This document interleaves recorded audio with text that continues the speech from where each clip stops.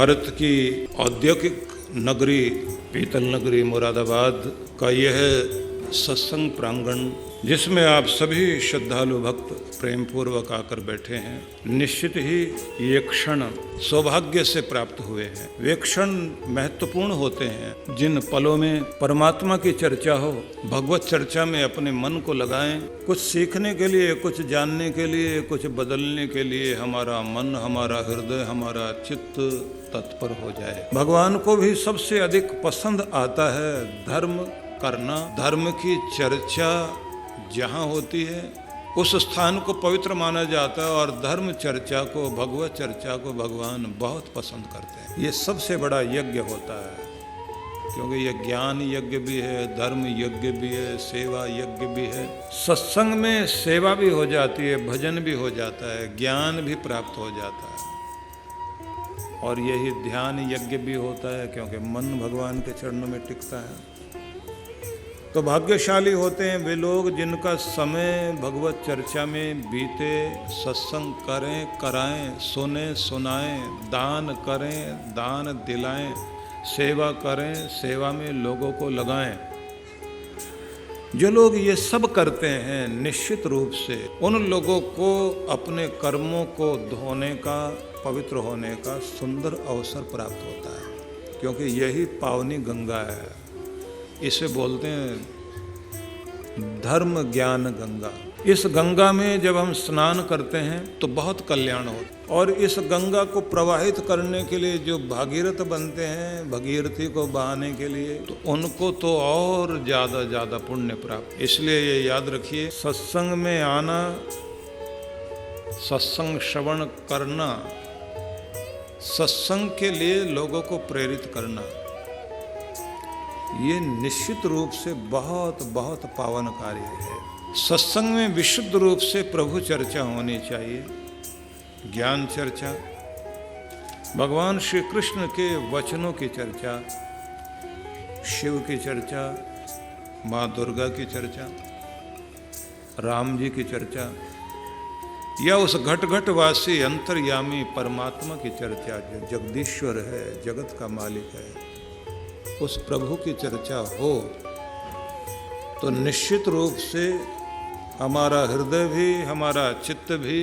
हमारा मन, हमारी आत्मा सब पवित्र होता है। तो आइए भगवत चर्चा करते हैं। भगवान श्री कृष्ण ने अपने मुख से जब ज्ञान की अमृत चर्चा शुरू की, अर्जुन के माध्यम से पूरे संसार का कल्याण किया, तब उन्होंने 7वें अध्याय में गीता के कहा, मेरे साथ उच्चारण कीजिए, मनुष्याणाम सहस्रेषु कश्चित यतति सिद्धये यततामपि सिद्धानाम कश्चित माम वेत्ति तत्वतः। भगवान ये कहते हैं कि हजारों, लाखों, करोड़ों मनुष्यों में से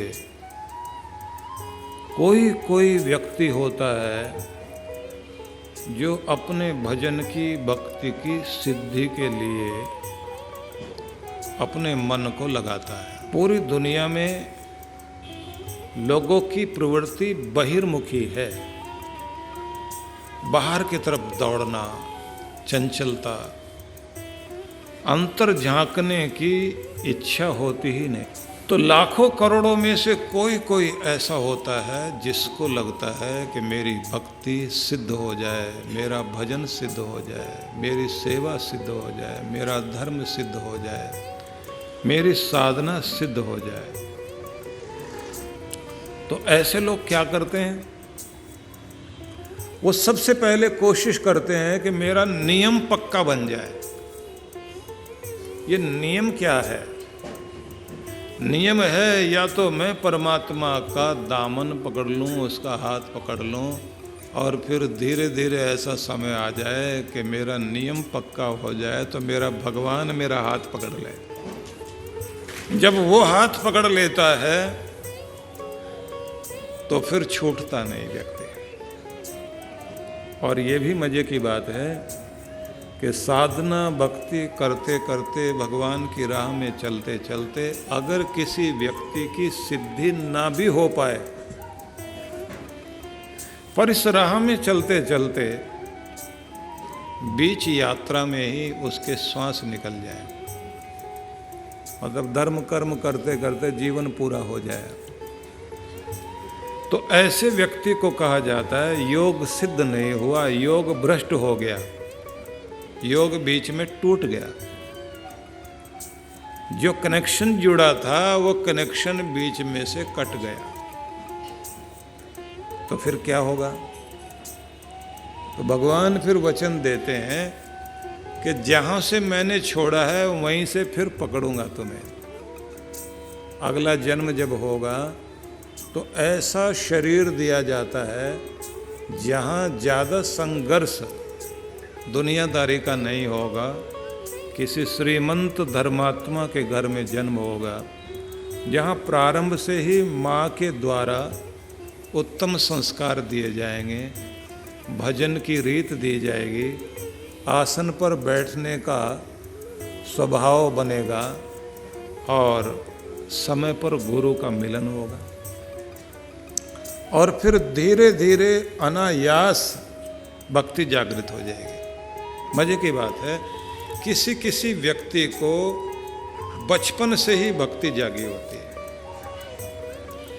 किसी की 35 साल की उम्र में जागती है, किसी की 45 में। किसी व्यक्ति को देखते हैं 50 साल तक एक अलग तरह की जिंदगी जी और 50 साल के बाद एकदम धार्मिक हो जाता है, कुछ 60 में जाकर होते हैं। तो दिया तो जलता है लेकिन देर से जलता है। कुछ का दिया ऐसा होता है कि जब वो कहीं किसी शमशान घाट में जलती हुई चिताओं को देखते हैं या घर का कोई अपना अचानक विदाई ले ले,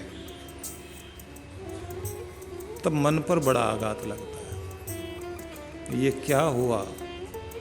मेरे साथ चलता बोलता हंसता हुआ प्राणी आँखों से ऐसे ओझल हो गया कि अब याद बनकर रोज सामने आता है, और ऐसा लगता रहता है घर में कि जैसे यहाँ कहीं खड़ा है, मुस्कुराता हुआ निकल गया इधर से उधर। कुछ दिनों तक तो ऐसा ही लगता रहता है जैसे कहीं गया हुआ है, लौट के आएगा।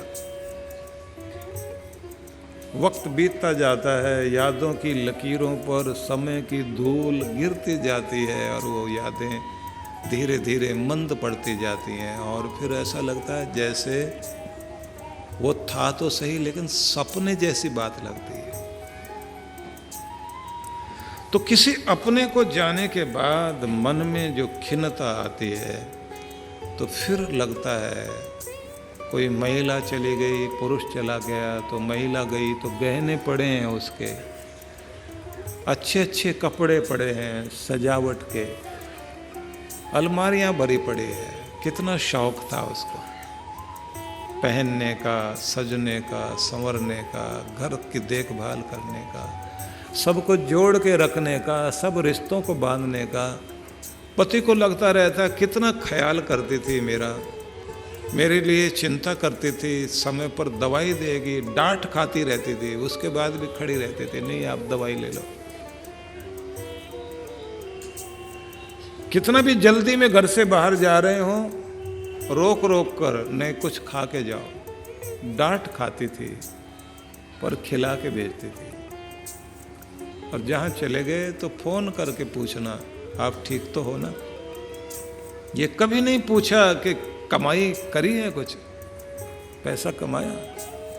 उसको लगता है मेरा मालिक, मेरा स्वामी, मेरा पति सुरक्षित रहे, पैसे तो आते जाते रहेंगे, क्योंकि उसके लिए सारी दौलत उसका प्रेम था, और वो प्रेम का मंदिर लुट गया जैसे उसकी विदाई हो गई। उसके जाने के बाद लगता है वो पूरी इस घर की नींव थी, अब नहीं है, लगता सब कुछ अधूरा रह गया।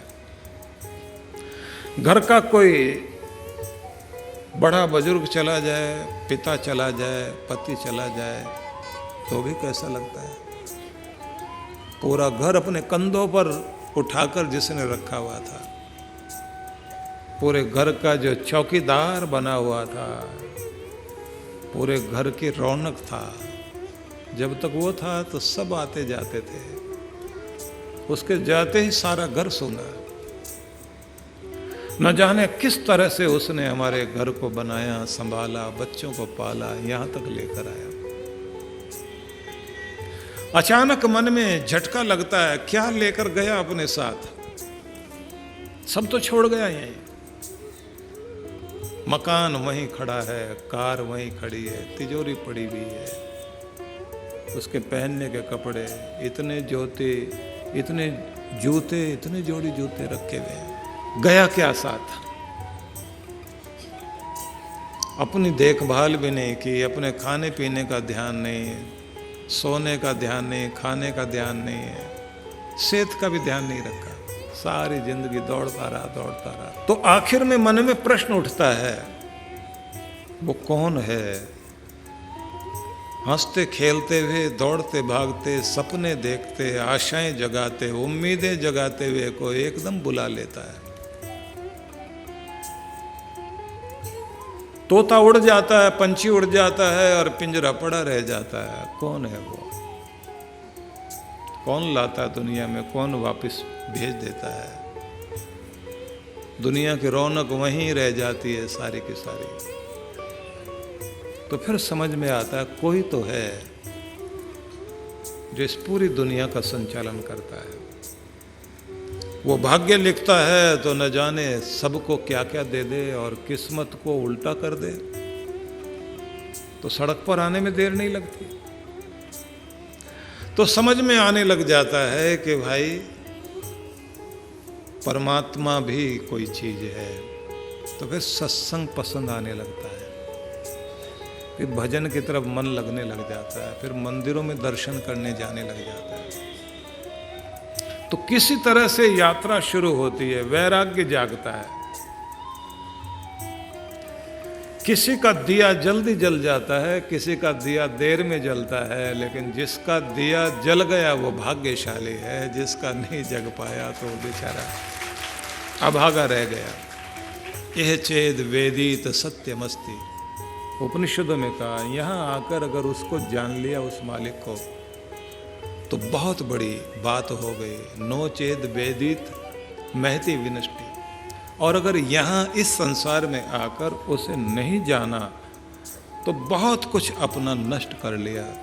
क्योंकि जो कुछ तुम्हारा पीछे छूट गया वो क्या काम आने वाला है। दूसरे लोग ऐसे कब्जा जमाते हैं, असल में तो पहले ही हिसाब लगा लेते हैं। घर में जो भी बच्चा पैदा होता है, धीरे धीरे बड़ा होते जाते, उसको समझ में आ जाता है मकान मेरा, गाड़ी मेरी। अभी पिताजी बैठते हैं, बाद में मैंने बैठना है, सब मुझे ही मिलने वाला है।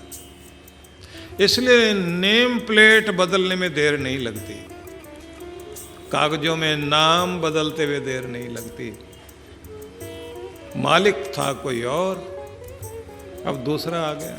और वो भी गरूर करे तो ये ध्यान रख लेना चाहिए, आगे उसके बच्चे, मतलब दादाजी के पोते, वो खड़े हैं, वो कहते हैं दुकान मिली, वो कहता मिली मिली मिली मेरी मेरी।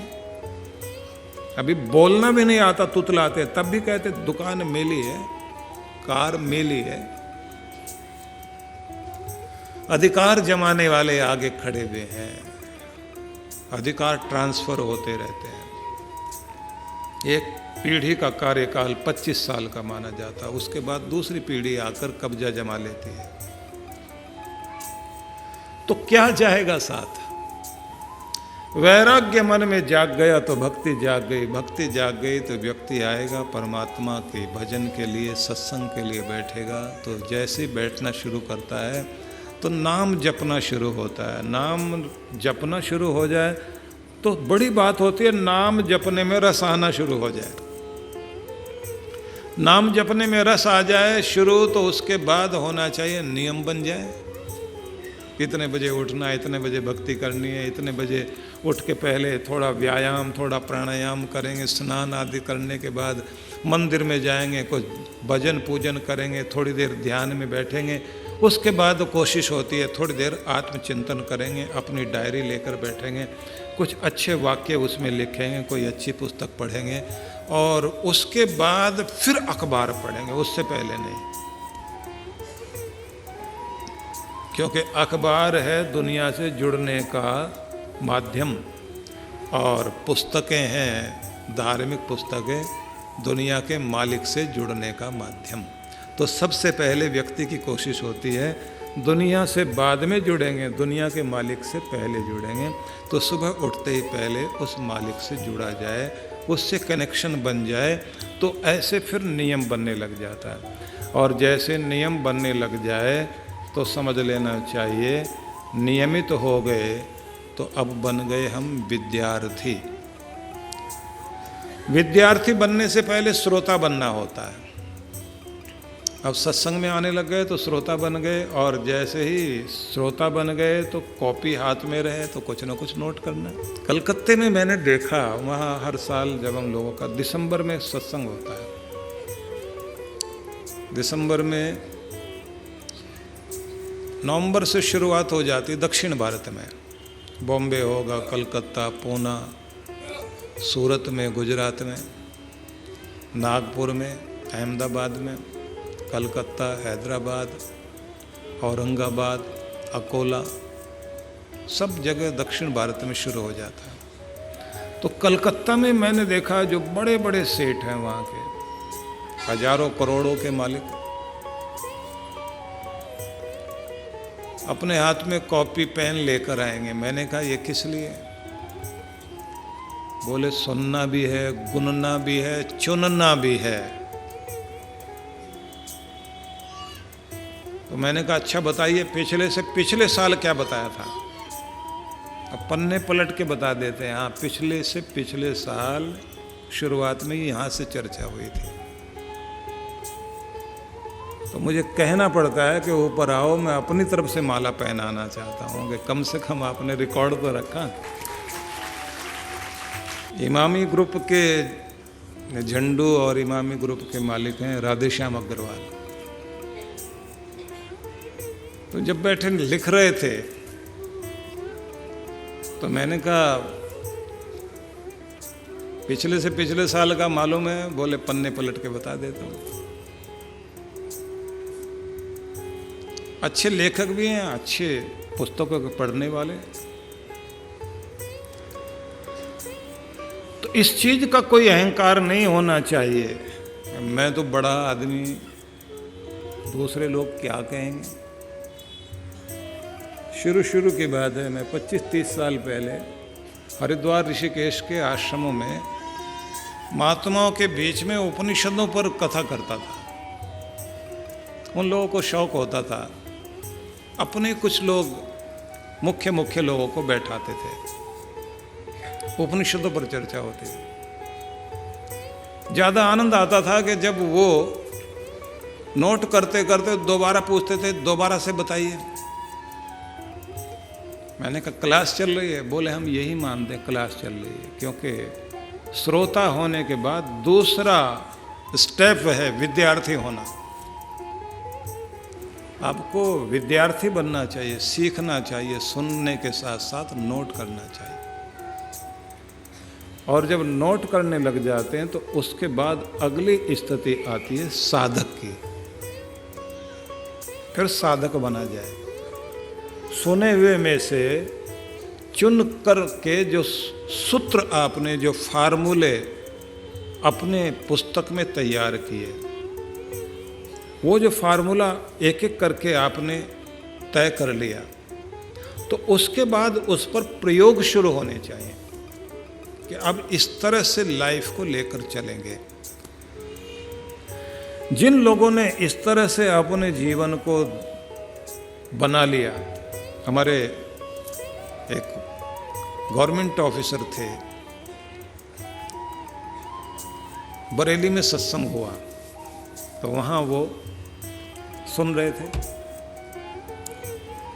तो मैं कह रहा था कि जीवन का एक पड़ाव होना चाहिए कि जब आप मोह माया की दुनिया से हटकर साधना की दुनिया में कदम रखें। और तब आपको वन में या फिर गुरु के आश्रम में समय व्यतीत करना चाहिए।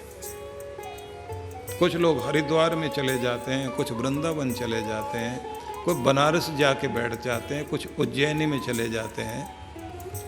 अलग अलग तीर्थों में जाकर के अपना समय व्यतीत करते हैं, थोड़ा थोड़ा बीच बीच में आते रहते हैं। लेकिन तीर्थ में चले जाने के बाद भी जब तक आपके साथ कोई गाइड ना हो तब तक आप अपने जीवन को दिशा नहीं दे पाते। तो गुरु के निर्देशन में अगर रहने का मौका मिले तो कितना अच्छा हो। तो सत्संग सुना। शाम को वो सज्जन मेरे पास आए, बोले तो मैं तैयार हो गया, मैंने सत्संग सुना। मैंने कहा क्या तैयार हो गए? बोले अब बस जब आप जाएंगे तो पीछे पीछे मैं भी आऊंगा। अच्छी पोस्ट पर थे, अच्छे अधिकारी थे। तो मैंने कहा इतने दिनों में तैयारी कर लोगे आप? बोले तैयारी है,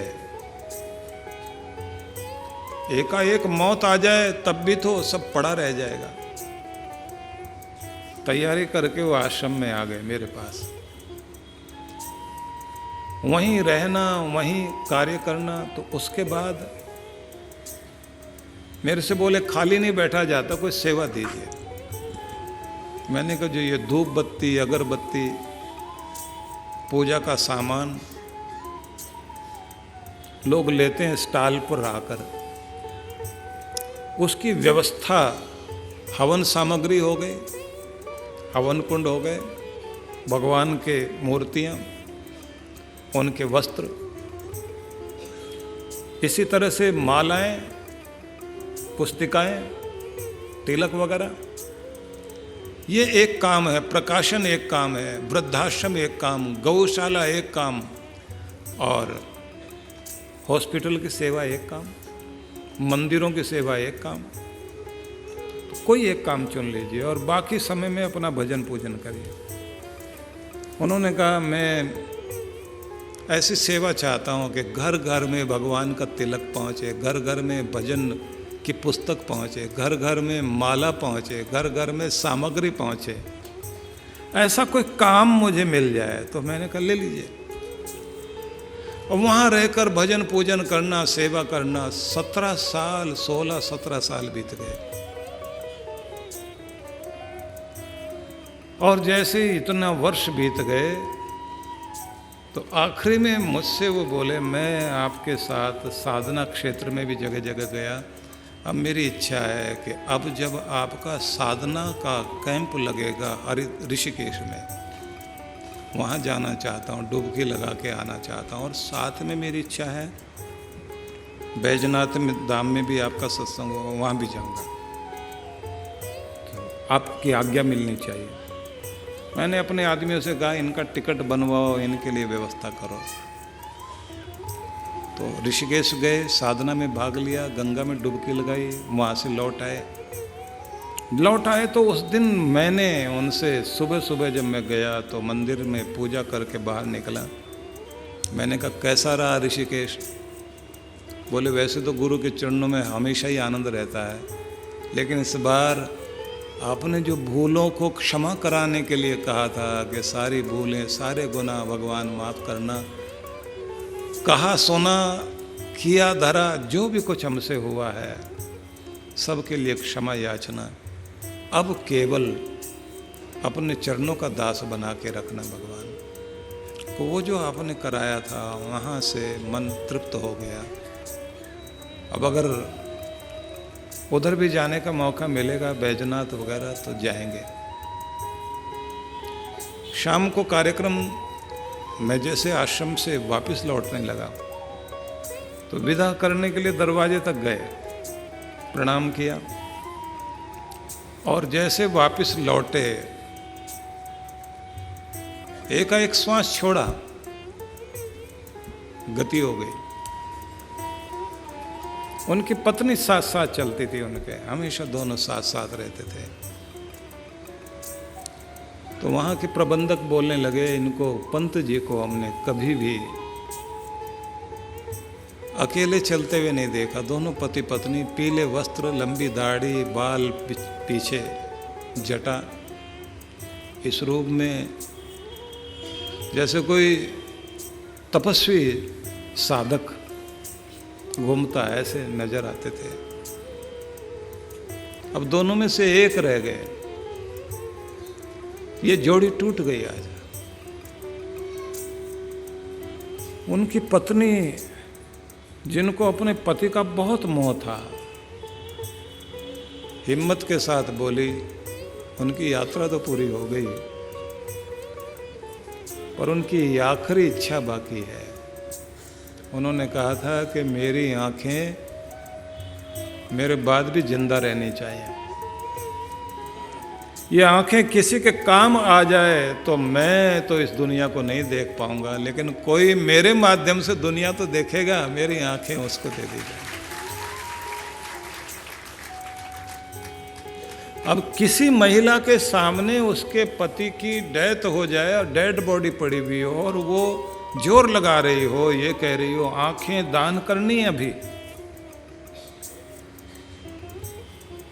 नहीं तो लोग कहने लग जाते हैं इनका चेहरा बिगड़ जाएगा, इनका रूप बिगड़ जाएगा। नहीं, ऐसा नहीं करना। हालांकि कुछ भी बिगड़ता नहीं, आंखें तो बंद ही रहती हैं आदमी की। बीच में से जो आंखें होती हैं जैसे, वो भी वैसे ही रहती हैं। जो कुछ निकाला जाता है वो तो अंदर का तत्व है, और मिट्टी है शरीर, उसे तो जलना ही है अभी।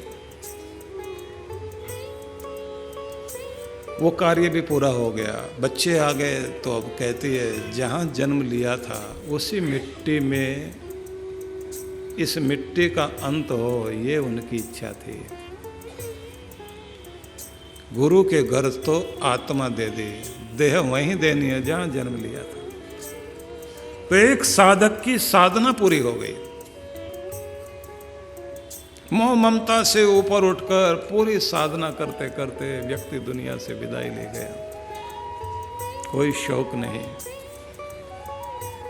पत्नी भी उतनी हिम्मत के साथ अपने पति के सारे कार्य पूरा कर रही है,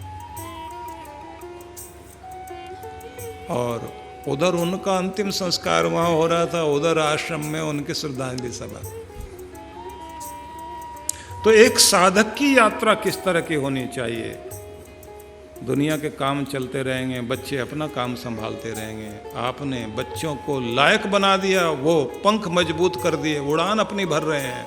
अब आप अपनी उड़ान की तैयारी करो, तुम परमात्मा तक पहुंचो, वो दुनिया में सफलता तक पहुंचे। ये दोनों कार्य होने चाहिए। आपके बच्चे सफलता की सीमाएं पार कर जाएं और आप सफलता अध्यात्म में पार कर जाओ कि भगवान तक पहुंच जाओ। अपने मोह ममता से, आसक्ति से ऊपर उठकर। कृष्ण भगवान ने यह कहा, मनुष्याणाम सहस्रेषु कश्चित यतति सिद्ध है। हजारों, लाखों, करोड़ों मनुष्यों में से कोई कोई होता है जो सिद्धि के लिए, साधना के लिए, साधना में सिद्धि के लिए कोशिश करता है कि मेरी सिद्धि हो जाए, सफलता मिल जाए। कोई होगा जो इधर आता है। तो जो इधर आए उसके नियम पूरे हो जाएं, नियम बन जाए, नियम के साथ विद्यार्थी बन जाए, विद्यार्थी होने के साथ साथ साधक बन जाए। ये यात्रा जारी रहनी चाहिए। तो आपका नियम भी बनना चाहिए भजन करने का, पूजन करने का, और अपने भजन पूजन के साथ में कोशिश करो आपके घर के अंदर ही कोई ना कोई एक ऐसी कुटिया बना लीजिए, भले छत पर आप बनाएं, जो घास फूस की हो या फिर सीमेंट की भी हो, तो कुटिया कुटिया जैसी होनी चाहिए। पवित्रता वाला स्थान होना चाहिए जहां आप बैठकर थोड़ी देर जाप कर सकें, आसन व्यायाम कर सकें, प्राणायाम कर सकें, कोई अच्छी पुस्तक पढ़ सकें, जहां पर आपकी पवित्रता प्रवेश करे, अपवित्र चरण ना पड़े, मतलब चरण पादुकाएं बाहर रहें। वहाँ बैठ कर के थोड़ी देर, 2 घंटा 3 घंटा सुबह, 1-2 घंटा शाम वहाँ बिता लिया करें। उस समय ना टेलीफोन ना टेलीविज़न कुछ भी नहीं चले। उस समय केवल आप दुनिया के मालिक से जुड़ रहे हैं। दुनिया से जुड़ने वाली चीज़ों का परित्याग करके आप थोड़ी देर अपनी साधना स्थली में, अपनी तपोभूमि में बैठ कर के देखिए। आपने अपने घर में दुनिया से मिलने के लिए ड्राइंग रूम बना लिया, लेकिन दुनिया के मालिक से मिलने के लिए भी कोई जगह आपको बनानी चाहिए, जिसके अंदर आप बहुत सुंदर बेलें लगाएं, फूल लगाएं, गमले बाहर लगा लें। लगना चाहिए किसी ऋषि की कुटिया है। हिमालय में नहीं जा सकते, हिमालय आपके घर आना चाहिए। आप हिमालय की यात्रा पर जाएं, कोशिश करो वर्ष में 1 बार 2 बार हो सके तो बहुत अच्छी बात है। हम लोग साधना कराते हैं, हिमालय की साधना के लिए बुलाते हैं। तीर्थों में आप लोग जाते हैं, बद्रीनाथ जाएं, केदारनाथ जाएं, अमरनाथ जाएं, साधना आपकी हो सके बहुत अच्छी बात है। नहीं तो गुरु जहाँ साधना कराने के लिए आपको उत्तरकाशी ले जाएं, ऋषिकेश ले जाएं, या फिर हिमाचल प्रदेश की धौलाधार पहाड़ियों के बीच, पर्वत श्रृंखला के बीच, व्यास नदी के तट पर महर्षि मनु, अगस्त्य, वशिष्ठ ऋषि की, जमदग्नि की साधना स्थली में वहाँ बैठाकर साधना कराएं, समय निकाल कर आओ। हिमालय यात्रा होनी चाहिए, लेकिन वहाँ से आने के बाद कोशिश करो आपके घर में भी एक हिमालय होना चाहिए, जहाँ आप बैठ कर के अपने भगवान का नाम ले सकें। व्यक्ति नहीं रहे, उसका आसन तो बिछा है, उसकी माला तो रखी भी है, कोई ना कोई तो उसके आसन पर बैठेगा, कोई ना कोई तो घर का प्रमुख, घर का कोई ना कोई सदस्य तो उस माला को पकड़ेगा, उन पुस्तकों को उठाएगा, उस स्थान पर बैठेगा, और एक बैठा तो दूसरा भी बैठना शुरू हो जाएगा। और धन की परंपरा तो आगे चलती रहेगी, धर्म की परंपरा भी आगे चलनी चाहिए, भजन की परंपरा भी आगे चलनी चाहिए। इस परंपरा को रोकने नहीं देना चाहिए। आपका धन आपको संसार में जीवन चलाने के लिए सहायता प्रदान करेगा, लेकिन आपका धर्म आपको इस लोक से उस लोक तक आपकी यात्रा को सुगम बनाने में काम आएगा। इसलिए धन भी कमाना, लेकिन धर्म भी कमाना। ठीक है, आज सुबह मैं कह रहा था, रास्ते में रुके ना हम लोग, उम्र दराज मांगकर लाए थे 4 दिन, कुछ नोट कमाने में लग गए और कुछ नोट बदलवाने में। जिंदगी है ना, लेकिन ये तो विनोद की बात है। अगर सच पूछा जाए, 2 आरजू में कट गए, 2 इंतजार में। जिंदगी के 4 दिन कुछ तो इच्छा करने में, सपने देखने में, कुछ सपने पूरे हो जाएं इसके इंतजार में जीवन के पल कटते चले गए। तो आज से क्या करना है? कृष्ण भगवान जो कह रहे हैं अर्जुन को, अर्जुन इस दुनिया में हजारों लाखों में से कोई कोई होता है जो इस राह पर आता है। इस राह पर आ भी जाए तो सिद्धि की कामना करने वाला भी कोई कोई होता है। यत ताम अपि सिद्धानाम कश्चिन माम वेत्ति तत्वतः। इस तरफ आकर यत्न करने वाला कोई मनुष्य, लाखों करोड़ों में से कोई यत्न करे, यत्न करने वालों में भी कोई सिद्धि प्राप्त करे, और सिद्धि प्राप्त कर लेने के बाद भी कुछ ही लोग होंगे जो मुझे तात्विक रूप से, पूर्ण रूप से जानने में समर्थ हो पाते हैं। अधिकांश लोग तो सिद्धि प्राप्त करने के बाद, विभूतियाँ प्राप्त करने के बाद, वरदान प्राप्त करने के बाद संसार में अपने चमत्कार दिखाने में लग जाते हैं, जो भगवान से दूर ही रह जाते हैं। भगवान कहते हैं जो मुझे तत्व से जान पाते हैं वो तो कोई कोई मनुष्य ही होता है। तो इसलिए ये ध्यान रख लीजिए कि अगर आपका मन परमात्मा की तरफ लग गया तो आप भाग्यशाली हैं। और आपका मन भगवान के चरणों में लगने लगा, तो इसका मतलब है कि अब अगली कड़ी जोड़िए, नियम बन जाए। नियम टूटने मत दो। हो सकता है कि कभी कभी शरीर इस स्थिति में पहुंच जाए, बुखार हो, बीमार हो, लेटे लेटे आप पड़े हुए हैं, चाहते हैं मंदिर जाएं लेकिन आप उठ नहीं सकते, तो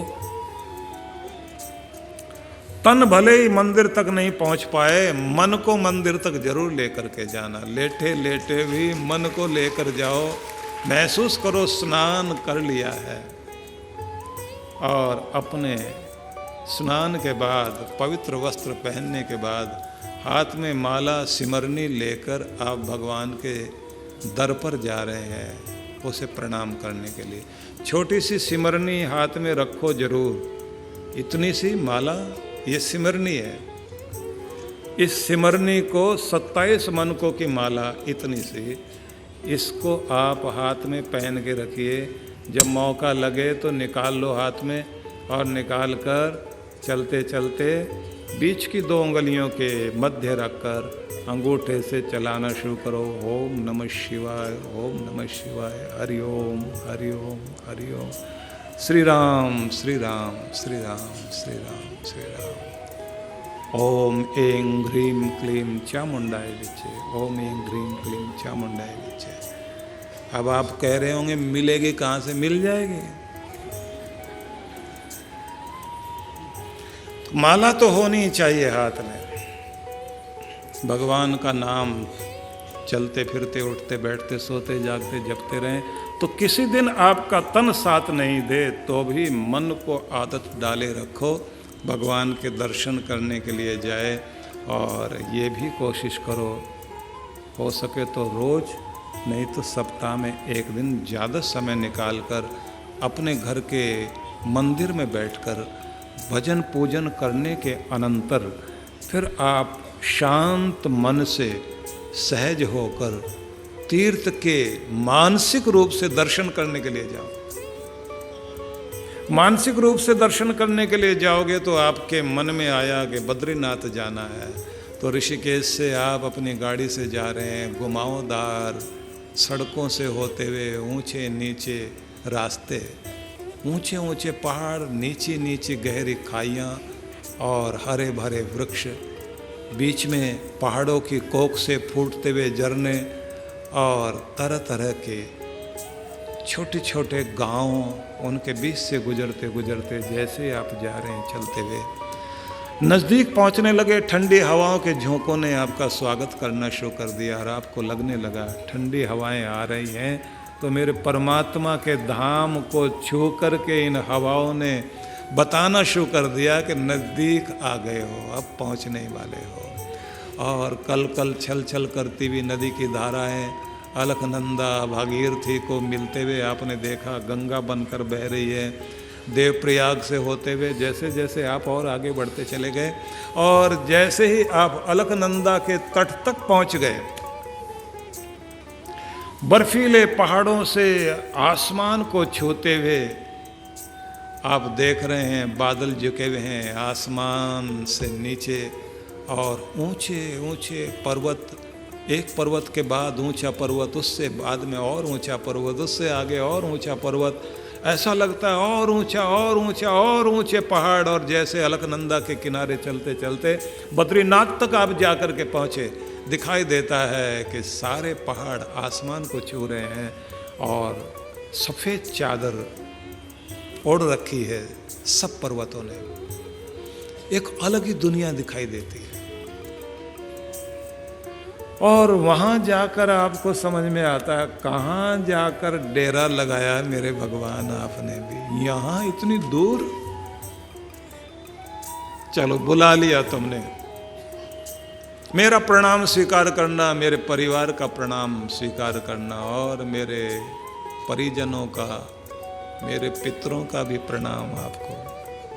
जिस नगर में रहता हूँ नगर वासियों का प्रणाम, जिस देश में रहता हूँ उन सब देशवासियों की तरफ से भी तुम्हें प्रणाम करता हूँ। झुक झुक कर भगवान को प्रणाम करो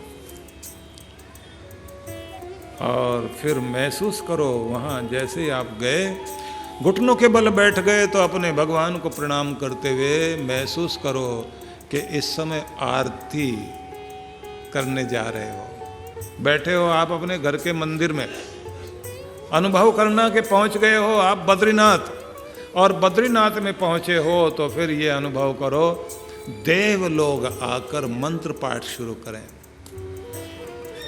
देवता ही शंख ध्वनि करें, देवता ही घंटा नाद करें। तो अपने चारों तरफ अनुभव करना कि जैसे चारों तरफ देव मंडल खड़ा हुआ है, नारद जी की वीणा बज रही है, गंधर्व गीत गा रहे हैं, तरह तरह का मंत्र पाठ हो रहा है, और ऐसे बीच में आप सामने आकर सोने की थाली में नंदनवन के पुष्पों के साथ चांद और सूरज का दीप बनाकर अपनी थाली हाथ में लेकर अपने परमात्मा का स्तवन करने के लिए खड़े हुए हो। अनुभव करना कल्पना से ही सही, अपनी कल्पना से भगवान के चरणों तक आप पहुंचना लगना चाहिए कि आपके थाल में चांद सूरज सितारे सब दिए बनकर आ गए हैं और सामने ज्योतिर्मय रूप में भगवान विराजमान हैं। जमीन से आसमान तक उनका आकार पहुंच गया है और आप वहाँ वंदन कर रहे हैं, आंखें बंद हैं, मन से आप अपने भगवान तक पहुँचे हैं। मन की कल्पना से जब नरक जा सकते हो तो स्वर्ग भी जा सकते हो ना। जब मन की कल्पना से आप झगड़े कर सकते हो तो देवता को भी तो बुला सकते हो। मन की कल्पना से आप गंदे चित्र सोच सकते हैं तो मन की कल्पना से देवताओं का भी तो चिंतन कर सकते हो ना, अपने भगवान का दर्शन कर सकते हो। तो मन की कल्पना से ही आप वहाँ पहुँचिए और दर्शन करो। भगवान का स्वरूप आपके हाथ में बड़ा सा एक थाल और उसमें जगमगाते हुए दीप, मानो चंदा सूरज सारे सितारे ही उतर आए हैं, और जो वहाँ अगरबत्तियाँ जल रही हैं वो तो नंदन वन का ही चंदन है। मंत्र हमको आते नहीं लेकिन देवता पाठ कर रहे हैं हमारी तरफ से। मेरे प्रभु की विश्व रूप का दर्शन हो रहा है। मैं अपने प्यारे की आरती कर रहा हूँ तो वंदन करना, प्रणाम करना। बैठे हो अपने घर में, महसूस होना चाहिए तीर्थ दर्शन करने के लिए गए। मानसिक रूप से अनुभव होगा कि भगवान ने आपके सिर पर हाथ रखकर आशीर्वाद दिया है और कहा, मेरे बच्चे तेरी प्रार्थना स्वीकार की जाती है, तेरा कल्याण। तो मन से भी तो पहुंच सकते हो ना। तो सप्ताह में एक दिन ही सही, रोज तो आप सामान्य पूजा करते हैं, एक दिन तीर्थ यात्रा भी करके आओ। और मन से पहुंचते हो तो तन से भी कोशिश किया करो अपने तीर्थों में पहुंचा जाए, अपने तीर्थ वाले स्थान में आपको जाने का अवसर मिले और गुरु के माध्यम से जाने का अवसर मिले। कभी कभी आपको अवसर मिलना चाहिए कि कैलाशपति के दर्शन करने के लिए आप जा सकें। मैं देखता हूँ ऐसे लोगों को जो ये कहते हैं कि कोई कैलाश यात्रा का कार्यक्रम बना दीजिए, अभी तो तन में दम है तो जा सकते हैं, एक बार दर्शन करके तो आ जाएं। तो बहुत अच्छी बात है, ऐसी भावनाएं रखनी चाहिए। आप देश विदेश में, यूरोप में, अमेरिका में न जाने कहाँ कहाँ घूमने की इच्छा रखते हैं, और जगह घूमने से तो घूमते ही रह जाओगे, लेकिन भगवान के दर पर एक घूम कर आइए। सारा घूमना मतलब आवागमन का चक्र खत्म हो जाएगा और दुनिया के चक्कर खत्म, और फिर वो प्राप्त हो जाएगा जिसके लिए दुनिया में आपको जन्म दिया गया है। इसलिए और यात्रा बाहर की यात्रा है, भगवान की यात्रा बस वो अंतर यात्रा है। तो भगवान ये कहते हैं, कोई कोई है जो इस तरफ आता है, सब कोई तो नहीं आते, लेकिन जो आए भाग्यशाली है वो। उनमें से भी जो यत्न लगातार करते रहते हैं वो भी लाखों करोड़ों में से कोई, मतलब सिद्धों में से, भक्ति करने वालों में से, लाखों करोड़ों भक्तों में से भाग्यशाली होगा जिसका यत्न प्रयत्न लगातार जारी है। और उनमें से भी जो लाखों करोड़ों यत्न करने वाले हैं उनमें से भी कोई भाग्यशाली होगा जिसकी सिद्धि हो जाती है। और सिद्धि प्राप्त करने वाले लाखों करोड़ों में से भी कोई एक होता है जो तत्व से मुझे यथार्थ रूप से वास्तव में मेरे स्वरूप को जो जान लेता है। तो ऐसा भाग्यशाली हो जाना बड़ी बात है।